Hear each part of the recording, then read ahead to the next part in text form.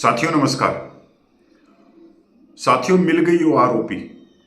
एक सिपाही की 31,250 और सूबेदार मेजर की 47,500। अगर आपको ये पेंशन मिलती है तो कमेंट करके बताना।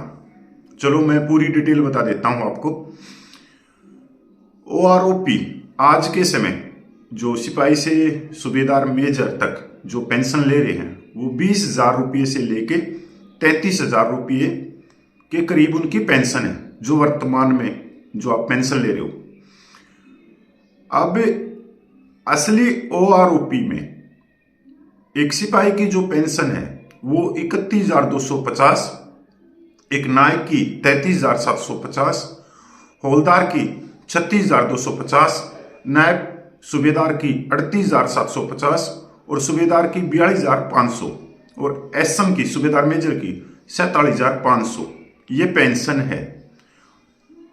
मतलब जो सिपाही 20,000 रुपये ले रहा है उसकी 31,250 और जो सूबेदार मेजर 33,000 रुपये ले रहा है 47,500। एक बार आप पूरा वीडियो देखना मोहन रंगन साहब का, वो किस डिटेल से ये पूरा विवरण रख रहे।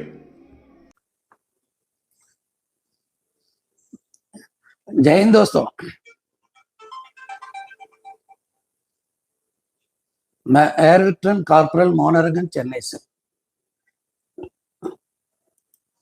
दोस्तों आज का हेडिंग आप लोगों ने देखा है, असली वार ओपी। हमारे मेजर जनरल सतबीर सिंह हमेशा कहता है ना, हमें चाहिए असली वार ओपी, हमें जो दिया गया लंगड़ी वार ओपी। असली वार ओपी क्या है? असली वार ओपी यह है, कोई ग्रुप नहीं है, कोई एमएसपी नहीं है, सिर्फ और सिर्फ हमारे चीफ ऑफ आर्मी स्टाफ का जो पेंशन है उस पेंशन से जो है कुछ परसेंटेज हमें मिलना चाहिए। कुछ लोग कहते हैं कि अफसर का पेंशन चाहिए, हमें अफसर का पेंशन नहीं चाहिए। दोस्तों 2014 में जो है ना, हमने फार्मूला बना के दिया था, सिपाही से लेके सूबेदार मेजर तक।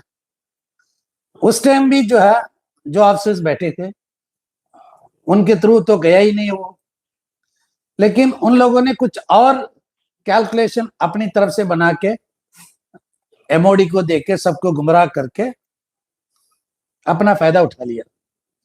ये चीज जो है ना,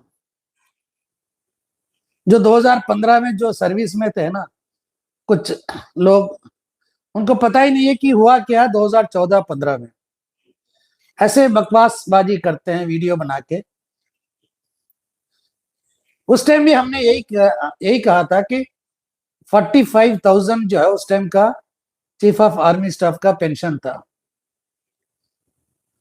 और उसके हिसाब से अगर हम कर दिया होता, आज ये चीज, ये नौबत देखना नहीं पड़ता। अभी भी मैं यही कह रहा हूं, मैं खुला चैलेंज दे रहा हूं हमारे माननीय प्राइम मिनिस्टर साहब को कि आप कभी भी जिंदगी में कभी भी वार ओपी दे नहीं सकते। मैं लिखित में दे सकता हूं,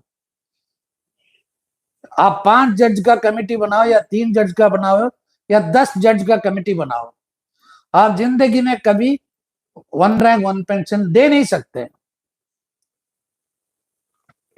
क्योंकि जैसे जैसे दिन निकलता जाता है, एक लेके आए एमएससीपी। एमएससीपी हमें जो है ना फुद्दू बनाने के लिए एक नाटक था। एमएससीपी हवलदार करके जो है कोई टेबल है ही नहीं। एमएससीपी नायक नहीं है, एमएससीपी सिपाही नहीं है। दे दिया एमएससीपी 1, एमएससीपी 2 या एमएससीपी 3, लेकिन रैंक तो वही है। दोस्तों ये बहुत सारी चीज जो है ना आप लोगों को देखना पड़ेगा आगे जाके। अभी आप लोग मेरी कहना नहीं मानोगे, क्योंकि आपके आंखों में पट्टी बांधा हुआ। पट्टी बांधने वाले कौन है? आपका ही ऑनरी कैप्टन और ऑनरी लेफ्टिनेंट, यही है और कोई नहीं है। जिसको जिसको ना पेंशन की पता है ना पे की पता है।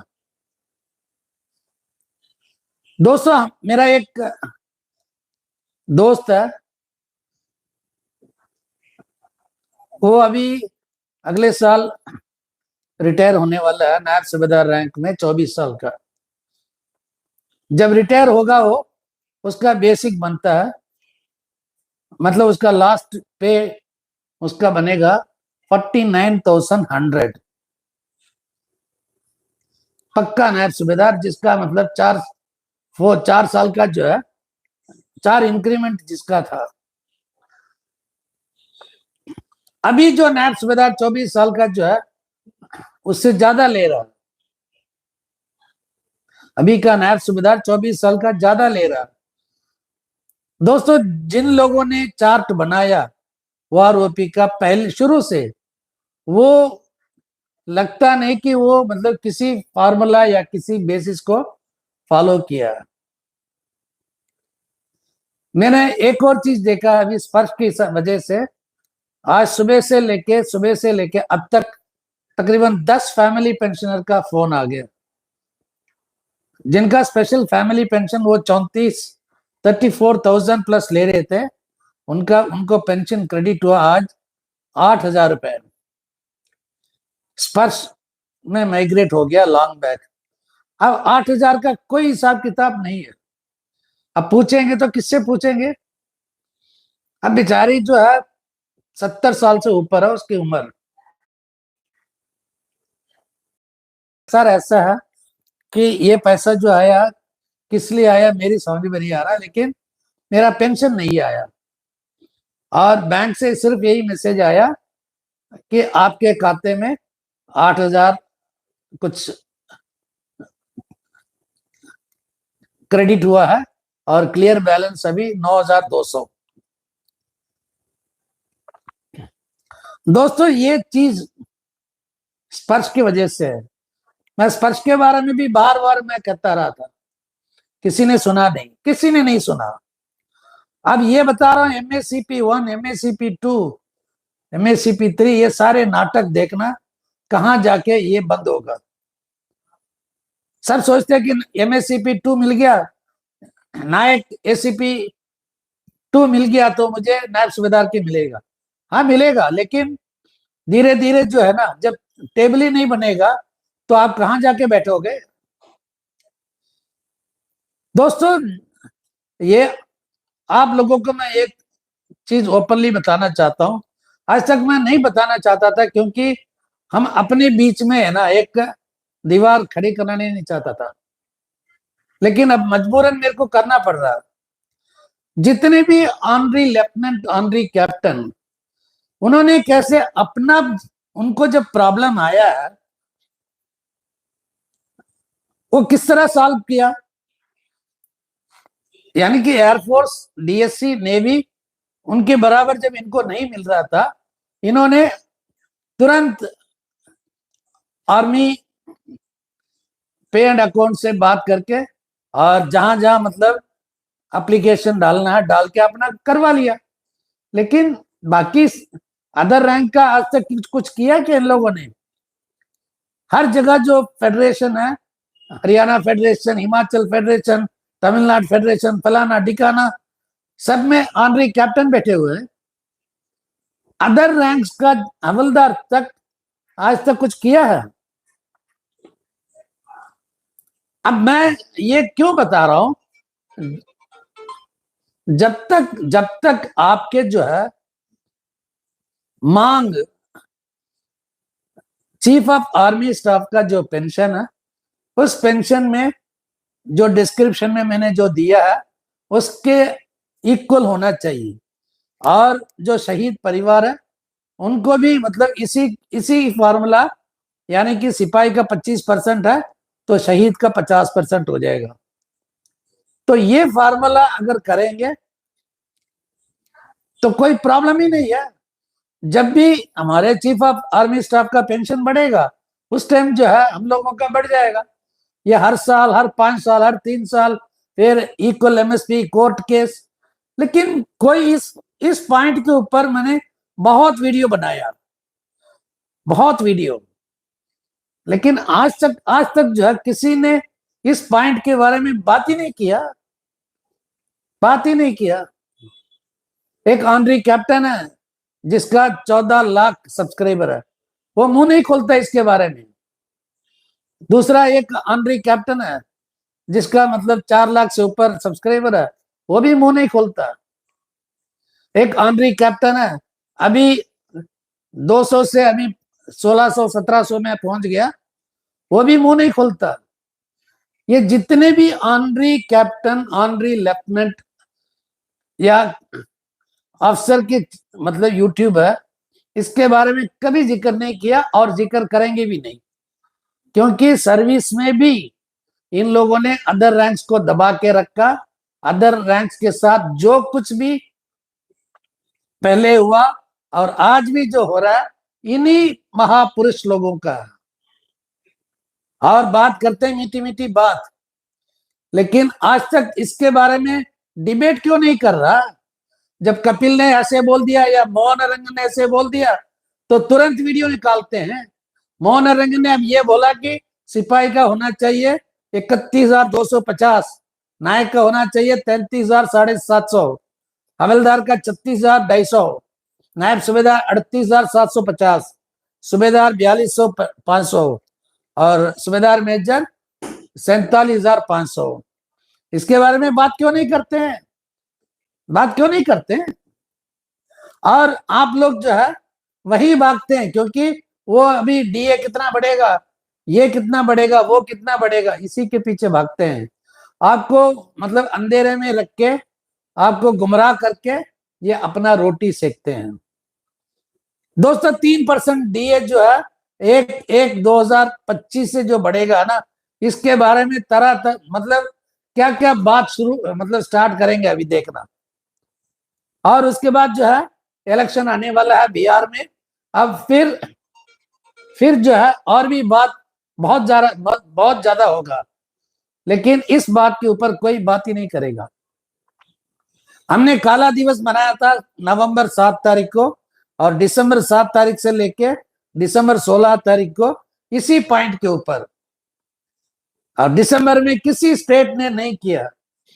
और एक नवंबर 7 तारीख को एक ऑनरी कैप्टन ने बहुत बड़ा कलाकार बन के नाटक किया था, अपनी मुंह में पूरा मुंह काला करके लोगों के सामने आके नाटक किया। फायदा क्या है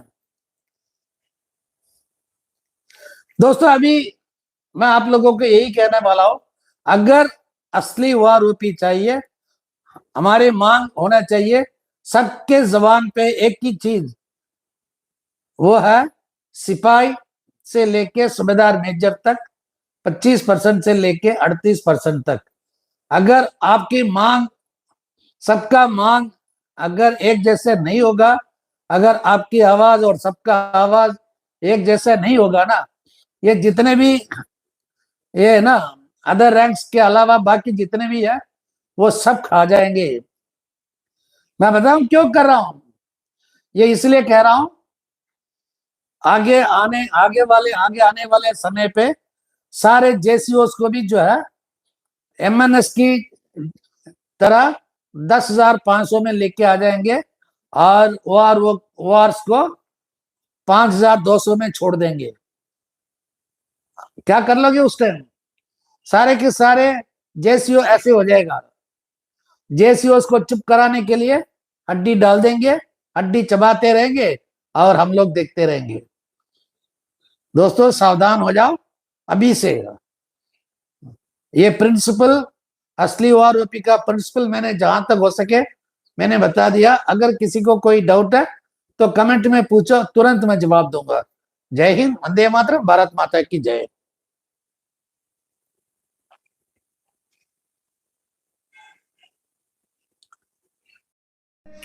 साथियों आपने पूरा वीडियो देखा मोहन रंगन साहब का।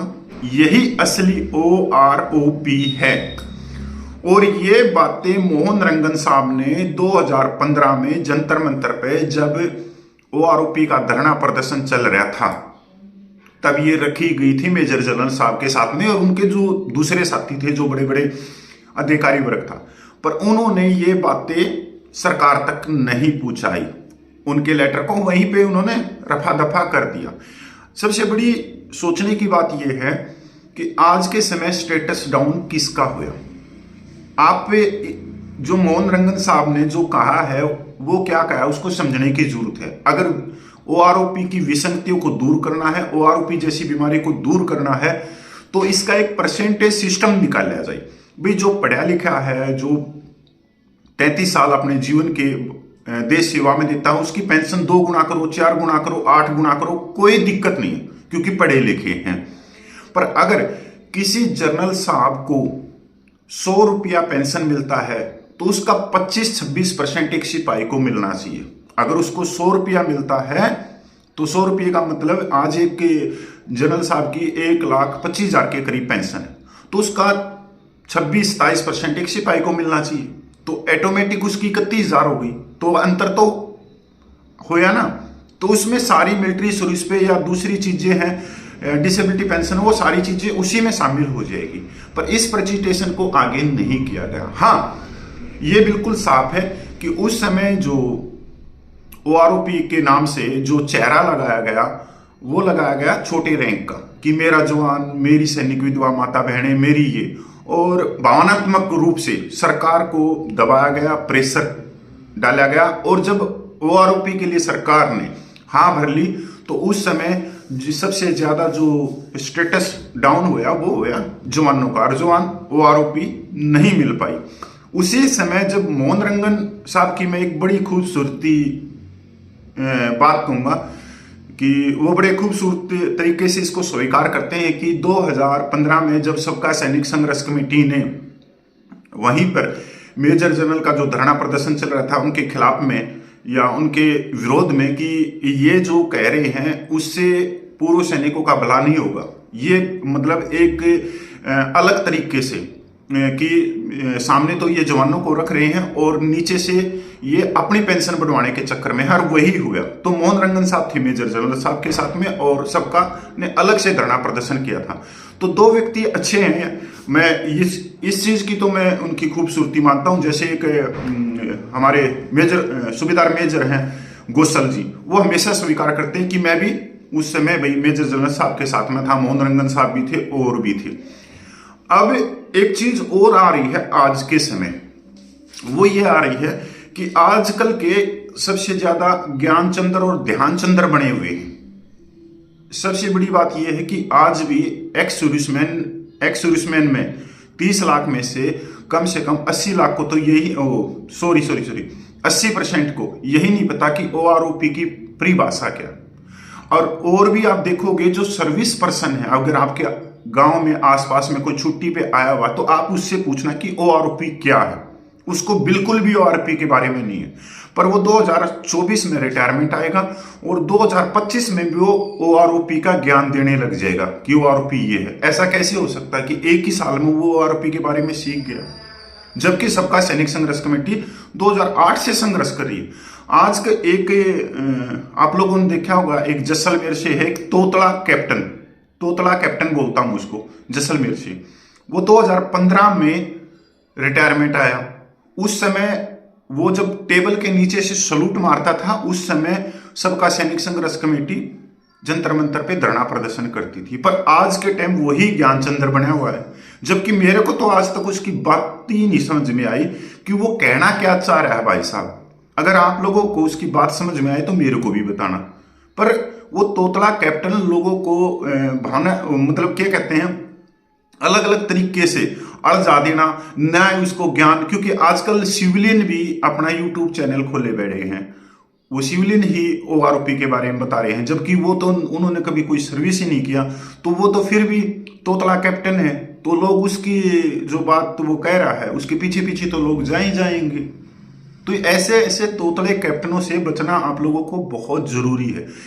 और ये भी मैं आप लोग मानो या मत मानो, ओआरओपी अगर जवानों को थोड़ी बहुत मिली है तो वो सबका सैनिक संघर्ष कमेटी की बदौलत ही मिली, क्योंकि इतना लंबा संघर्ष किसी ने नहीं किया। नहीं तो गोल टोपी वाला है एक जयपुर से, जो 13 लाख रुपया लेके रफू चक्कर हो गया, 9-2-11 हो गया, वो 25 साल से एक कमेटी का अध्यक्ष है, 25 साल से, और 25 साल में उसने आवाज नहीं निकाली। आप ये देख लो। पर ज्ञानचंद्र और ध्यानचंद्र वो बने हुए हैं। तो ये एक बिल्कुल साफ कड़ी है कि आप समझना चाहो तो समझो, क्योंकि अभी जो अगला साल है, अगला साल नहीं भाई, अब तो 2025 में आ गया, यही साल 2025 बहुत महत्वपूर्ण है। 8वें पे कमीशन के अंदर प्रेजेंटेशन देने वाले होना चाहिए पूर्व सैनिकों की तरफ से, कोई ऐसी टीम होनी चाहिए कि वो अपनी बातें रख सके, और इसको बहुत ही बेहतरीन तरीके से कोई बात रख सकता है, और इतनी गहराई से, इतनी फाइलों से, इतने डॉक्यूमेंट से, तो वो है सबका सैनिक संघर्ष कमेटी। और सबका सैनिक संघर्ष कमेटी किसी विशेष व्यक्ति की नहीं है, ना ही वो कपिल की है, ना ही वो नलिन तलवार की है, ना ही वो नायक हरपाल की है। वो 30 लाख पूर्व सैनिकों का एक संगठन है, उनका वो प्रेजेंटेशन देता है, और बहुत सारी चीजें अपने अपने संघर्ष से उन्होंने पूर्व सैनिकों को मान सम्मान समानता न्याय दिलाने की कोशिश करी है, और हुए भी हैं। पर अब जो सरकारी संगठन उतार दिए सिर्फ उस एक कमेटी को पीछे हटाने के लिए, क्योंकि दूसरी कोई कमेटी है नहीं। ये आप भी देख रहे हो और मैं भी देख रहा हूं, आपके पास में भी मोबाइल है, आपके पास में भी गूगल है, तो सर्च कर लेना, संघर्ष को देख लेना, किसी को भी देख लेना। आज तक 1 रुपये का किसी पे दाग नहीं तो ये सब के ऊपर पैसे का दाग भी है, और राजनीतिक पट्टे भी हैं, और पूर्व सैनिकों के आंदोलन को किस तरह से कब और किसके इशारे पे तोड़ दें, ये सबको मालूम है। तो जय हिंद, वंदे मातरम भाई।